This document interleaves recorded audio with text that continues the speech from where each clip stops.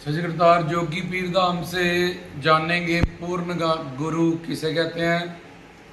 पूर्ण गुरु बारे ज्ञान जानेंगे। वेद शास्त्र ग्रंथ पंथ किस गुरु को पूर्ण कहते हैं, जिसके लिए श्लोक गुरु ब्रह्मा गुरु विष्णु गुरुदेवो महेश्वरा जध्यान मूलम गुरु मूर्तियम पूजा मूलम गुरु पदम या ओम परम तत्वाय नारायणाय गुरुभ्यो नमः कहा गया। ऐसे पूर्ण गुरु की किस विशेषताओं के कारण उसको पूर्ण माना जाता है और वेद शास्त्र ग्रंथ पंथ उसको भगवान से भी बड़ा रूप मानते हैं।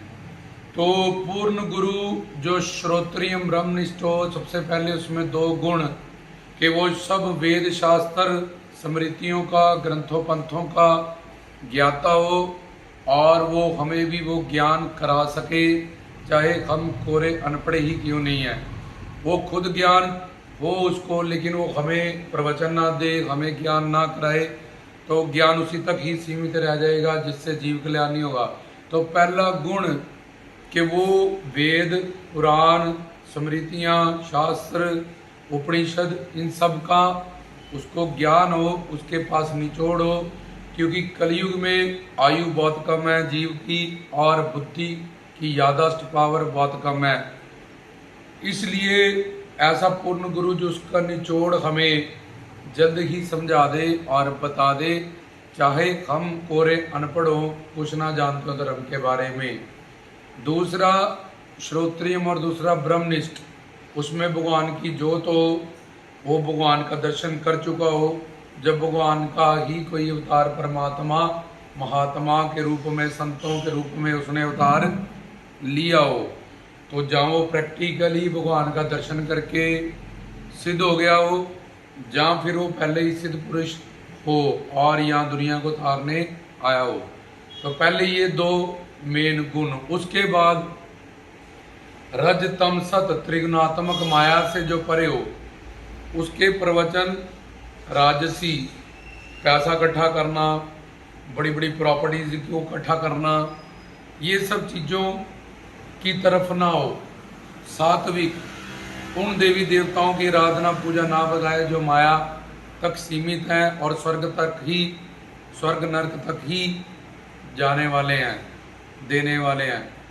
और तामस मीट शराब अंडे निंदिया चुगली, ये सब चीज़ों से तामस व्यक्ति वस्तुओं दोनों से वो हमें रोकता हो।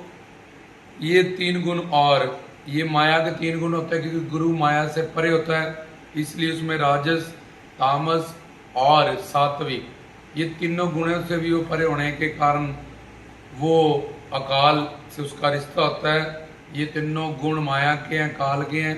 फिर उसके बाद चार दोष ब्रह्म, उसका जो प्रवचन है वो शारीरिक ना हो। प्रमाद मतलब सावधानी, जैसे कोई हम कीर्तन में बैठे हैं तो हमारा मन कहीं होता है और शरीर कीर्तन में हो, पर उसका मन डामाडोल ना हो, उसका मन एक लिव परमात्मा के साथ 24 घंटे जुड़ी हो, जिसमें भी वो देखता हो परमात्मा ही देखता हो।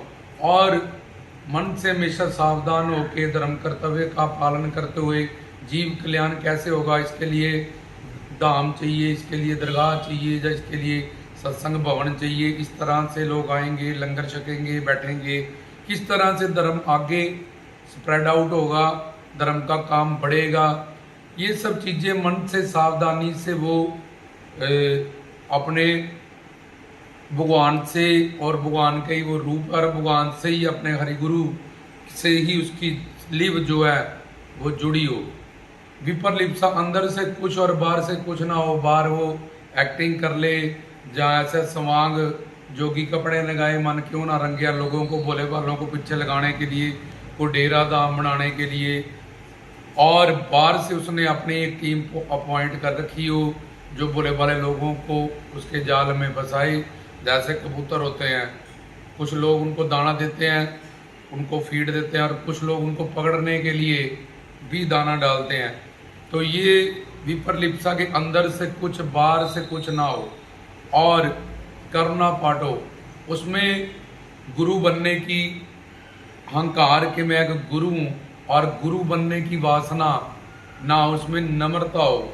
नानक नीच करे विचार। बड़े बड़े गुरु संत फकीर परमात्मा के बंदे अवतारी पुरुष भी निमाणगी में रहते हैं, नम्रता में रहते हैं, क्योंकि नीचो ऊंच करे मेरा गोविंद। बड़े बड़े अवतारी पुरुष रविदास जी, कबीर जी, फरीद जी, इन्होंने कभी अपने आप को किसी भी अपनी अवतार लीला में कहीं भी अहंकार जब गुरु बनने की दास बन के रहे, अपने नामों के साथ दास लगाया, जहाँ दुनिया को तारा, जैसा कोई इनके पास आया उसकी जात पात वर्ण ये सब ना देखते हुए उसका जीव कल्याण किया।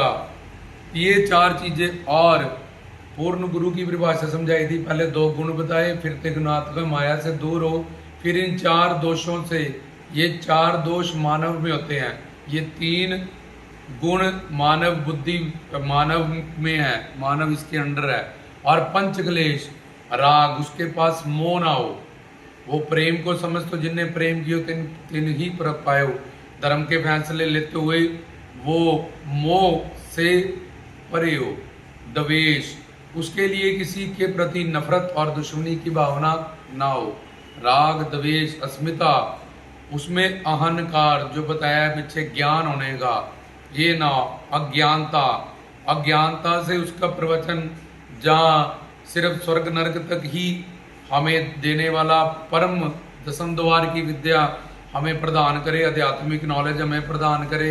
आत्मा क्या है, परमात्मा क्या है, माया क्या है, वो मूल ज्ञान जिसे हमें मोक्ष मिले, मुक्ति मिले, आवागमन से छुटकारा मिले, 84 लाख से छुटकारा मिले, हमारे मानव चोले का लक्ष्य क्या है, ये सब बातें उसके प्रवचन में क्लियर करती हो। शारीरिक और मटीरियलिस्टिक चीज़ों के लिए उसका प्रवचन ना हो तो अवनवेश, और उसको कोई मरने का डर ना हो कि किसमें सिक्योरिटी चाहिए, कोई मुझे मार देगा। क्योंकि लोगों को दावा कर रहा है वो कि मैं तुम्हें 84 लाख से निकाल दूंगा, काल से बचा दूंगा, माया से बचा दूंगा, सचखंड दे रहा हूं, और खुद अगर वो अपनी रक्षा नहीं कर सकता है, उसको एक व्यक्तियों से और इस सोशल चीज़ों से उसको अगर अपनी रक्षा करवानी है तो अभिनिवेश दोष से युक्त हो जाता है। क्योंकि जो अकाल से जुड़ा है, परमात्मा से जुड़ा है, भगवान से जुड़ा है, उसको निर्भय निर्वैर उसके सबसे बड़े गुण है। उसकी शरण में जाके लोग निर्भय हो जाते हैं, तो आप ही डरता है। इस देश के बड़े बड़े लोगों को अपनी सिक्योरिटी ने ही मार दिया था। इसलिए ये सब गुणों से, ये सब जो जितनी बातें बताई गई हैं, जो पास होता हो शास्त्र उसी को पूर्ण गुरु कहते हैं, उसी के हाथ में ही मोक्ष मुक्ति है।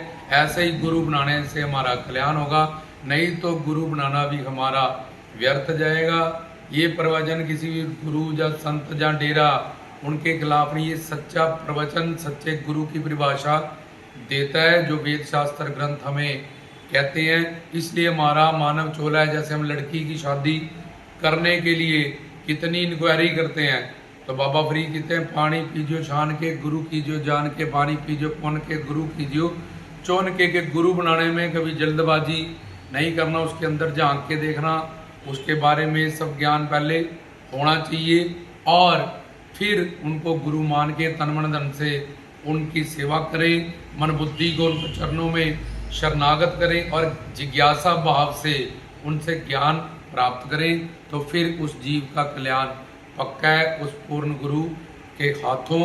जैसे कोई कपड़ा लेना, कितनी जगह सोच विचार करते हैं, मार्केट कोई बच्चा बीमार है, इधर नहीं ठीक हुआ वहाँ जाते हैं। ऐसे ही अगर हमें गुरु सही नहीं मिला मानव चोले में, तो हमारा ये अनमोल जीवन जन्म बर्बाद हो जाएगा और अंत में फिर 84 लाख में ही भटकना पड़ेगा। ये था रामदास की तरफ से समझाया गया जोगी पीर धाम से पूर्ण गुरु की परिभाषा। सब संगत सवालियों को सच करता।